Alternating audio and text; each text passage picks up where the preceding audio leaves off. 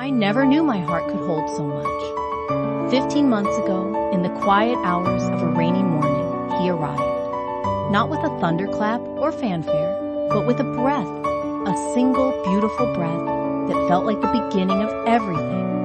I had waited for this moment with fear and fierce love tangled in my chest. The delivery was hard, longer than expected, but when they placed him on my chest, I cried the kind of tears that only come when your soul stretches wide to fit something bigger than itself. He was tiny then, wrinkled, warm, and perfect.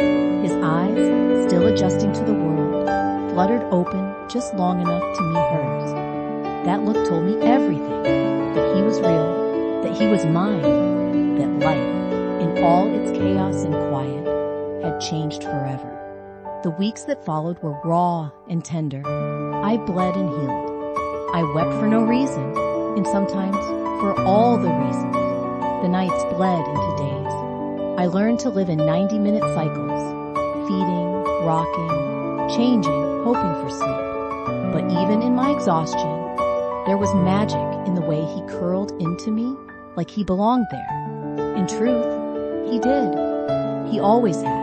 There were moments when I doubted herself, when the silence after his cries felt heavy, when my body ached in ways books never warned me about, when I felt like I was disappearing behind bottles and burp cloths. But then he would reach out in sleep and grasp my finger, his whole tiny hand wrapped around me, reminding me, you're doing it, we're doing it. And so we grew together. At 3 months, he smiled like he'd just discovered sunlight. At 6, he babbled, as if trying to tell me stories from a world only babies remember. At 9 months, he clapped when I sang, and sometimes I clapped too, just to see him light up like a sparkler. Every small milestone felt like a miracle, because it was. And then came the day he stood. He was holding onto the coffee table with both hands, wobbly but determined.